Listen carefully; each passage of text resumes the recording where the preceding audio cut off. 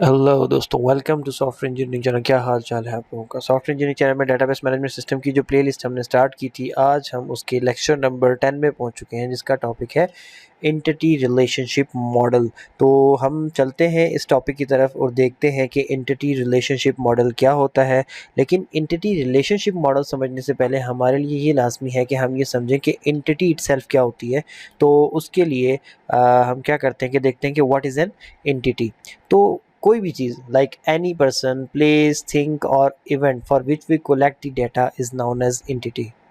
मतलब कोई भी चीज़ है, चाहे वो पर्सन है, चाहे वो कोई प्लेस है, या फिर कोई इवेंट अक्कर होता है, कोई भी ऐसा इवेंट या फिर कोई भी ऐसी प्लेस या फिर कोई भी ऐसा पर्सन जिसके बारे में आप उसका डाटा कोलेक्ट करते हैं, उस पर्टिकुलर चीज़ को आप एक एंटिटी कह सकते हैं। For example, for a university management system we will collect the data for the student, teacher, staff admin staff, exams. So these are entities.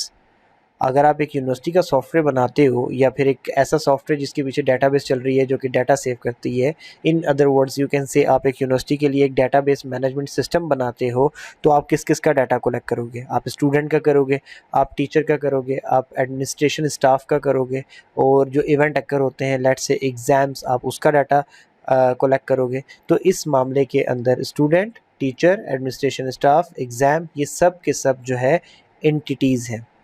और जब आप एंटिटी रिलेशनशिप मॉडल बना रहे होते हो, तो किसी भी एक पर्टिकुलर एंटिटी को रिप्रेजेंट करने का तरीका ये होता है कि आप एक रेक्टेंगल बनाते हो और उस रेक्टेंगल के अंदर आप जो है उस एंटिटी का नाम लिख देते हो। लेट्स से आप एक सिंपल सा रेक्टेंगल लगा बनाकर उसके बीच में कैपिटल में स्टूडेंट लिख दोगे, तो आपने एक तरीके से स्टूडेंट एंटिटी को ड्रा कर लिया एंटिटी रिलेशनशिप मॉडल के लिए। अब इसके बाद हम आगे चलते हैं एंटिटी रिलेशनशिप मॉडल की तरफ। ये पीटर चैन ने 1976 के अंदर जो है इंट्रोड्यूस कराया था। और ये यूज़ होता है किसी भी पूरे सिस्टम को एक एंटिटीज़ की कलेक्शन के तौर पे शो करने के लिए। लेट्स से आप एक डेटाबेस सिस्टम बनाने जा रहे हैं और उसके अंदर बहुत सारी एंटिटीज़ हैं। तो उन सारी एंटिटीज़ और उनके दरमियान में जो आपस में जो रिलेशनशिप है, जो उनका लिंक है एंटिटीज़ का आपस में एक दूसरे के साथ, इस चीज़ को रिप्रेजेंट करने के लिए आपका एंटिटी रिलेशनशिप मॉडल यूज़ होता है। और सादा लफ्ज़ों में बता देता हूँ, जैसे कि हमने पिछली स्लाइड के ऊपर बात की कि एक यूनिवर्सिटी का जो सॉफ्टवेयर बनेगा या फिर एक यूनिवर्सिटी का कोई मैनेजमेंट सिस्टम बनता है, डेटाबेस मैनेजमेंट सिस्टम, तो उसमें आप student, teacher, administration staff, exams, अगर आप इन तमाम एंटिटीज़ और इसके अलावा भी और बहुत सारी एंटिटीज़ को ज़ाहिर सी बात है रिप्रेजेंट करना चाहते हैं, तो आप इन सब के लिए रेक्टेंगल्स बनाएंगे और फिर आप ये रिप्रेजेंट करेंगे कि एक टीचर का स्टूडेंट के साथ क्या रिलेशन है, स्टूडेंट का एग्ज़ाम के साथ क्या रिलेशन है। और ये सारी की सारी चीज़ें लिखना, यानी कि किसी एक पर्टिकुलर सिस्टम के लिए उसकी तमाम एंटिटीज़ को लिख कर उन तमाम एंटिटीज़ के दरमियान में जो उनका इंटरनल रिलेशन एक दूसरे के साथ, उसको मेंशन करना। ये जब आप काम करते हो तो आप एक तरीके से एक एंटिटी रिलेशनशिप मॉडल बना देते हो। अच्छा, कुछ एलिमेंट्स हैं एंटिटी रिलेशनशिप मॉडल के, और उसके अंदर से सबसे पहला जो एलिमेंट है वो तो खुद एंटिटीज़ हैं। जैसे कि मैंने आपको पहले बताया कि किसी भी पर्सन, प्लेस और थिंग जिसके बारे में आप डाटा सेव करने वाले हैं, उसको आप एंटिटी कहते हो। तो एंटिटी बेसिकली एक मैन एलिमेंट है एंटिटी रिलेशनशिप मॉडल का, बल्कि हमारे इस मॉडल का नाम भी इसी के ऊपर बेस करता है। तो आपको मैं सिंपल तरीके से बता देता हूँ। अगर आप कोई ह्यूमंस की नेचर में या पर्सन की नेचर में बात करोगे, तो टीचर, प्लेयर, स्टूडेंट, ये तीनों एंटिटीज़ हैं। प्लेस के हिसाब से बात करें तो कंट्री जो है वो एक एंटिटी हो सकती है। अगर मैंने कहा था कि इवेंट्स को भी आप प्रेजेंट करते हो, तो एडमिशन लेना एक इवेंट है, रजिस्ट्रेशन कराना एक इवेंट है, एग्ज़ाम देना एक इवेंट है। ये सब की सब आपकी एंटिटीज़ हो सकती हैं।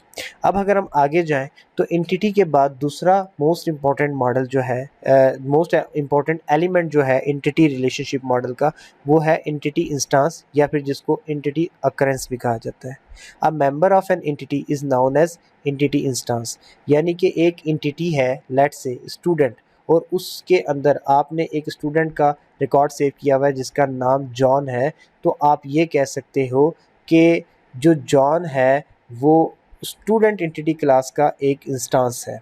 यानी कि स्टूडेंट एंटिटी जो है उसमें कोई एक स्टूडेंट तो नहीं होगा, उसमें बहुत सारे स्टूडेंट्स का डाटा सेव किया हुआ होगा, क्योंकि आपने तो कहा ही यही था कि एंटिटी तो एक वो चीज़ है जिस के बारे में आप बहुत सारा डाटा कलेक्ट करते हो। तो स्टूडेंट एंटिटी के बारे में आप क्या डाटा कलेक्ट करोगे? यूनिवर्सिटी के तमाम स्टूडेंट्स की डिटेल।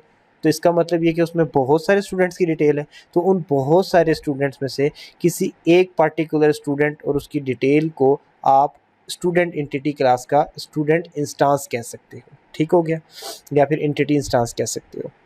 अच्छा, इसके बाद एंटिटी सेट क्या होता है? Set of all entities at a particular time in a entity class is known as entity set।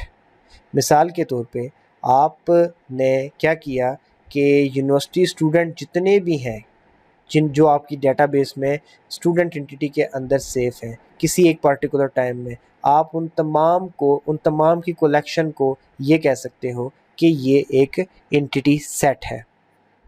Entity से एक स्टेप आगे जाएं तो आपके पास एलिमेंट जो आ जाता है एंटिटी रिलेशनशिप मॉडल में, वो आ जाता है एट्रीब्यूट्स का।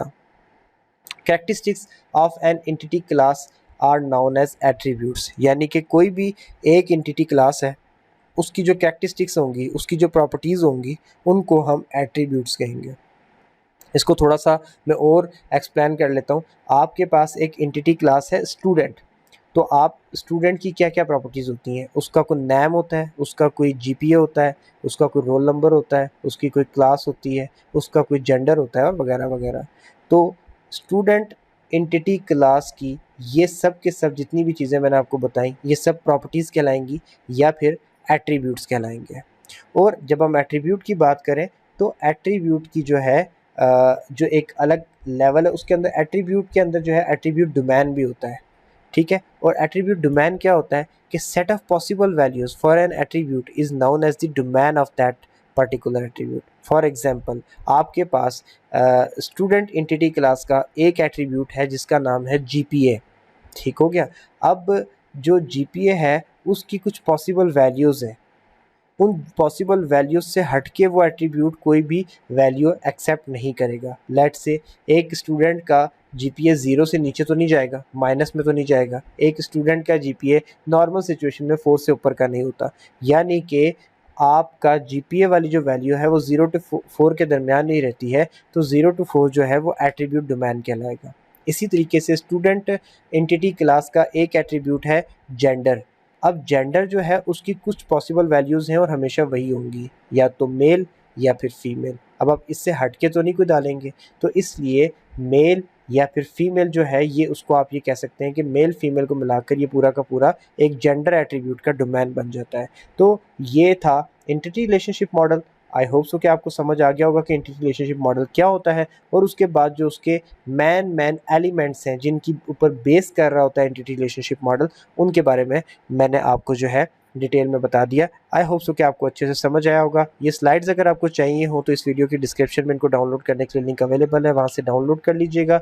वीडियो अगर आपने पूरी देखी है तो डेफिनेटली आपको अच्छी तो लगी होगी, तो इसके बदले में आपका एक तरफ से हमारे लिए एक लाइक तो बनता ही है, और चैनल भी अगर इन्फॉर्मेटिव लगे तो सब्सक्राइब करके थोड़ी सी सपोर्ट ज़रूर दीजिएगा। दोबारा मिलते हैं नेक्स्ट वीडियो में, तब तक के लिए अल्लाह हाफ़िज़।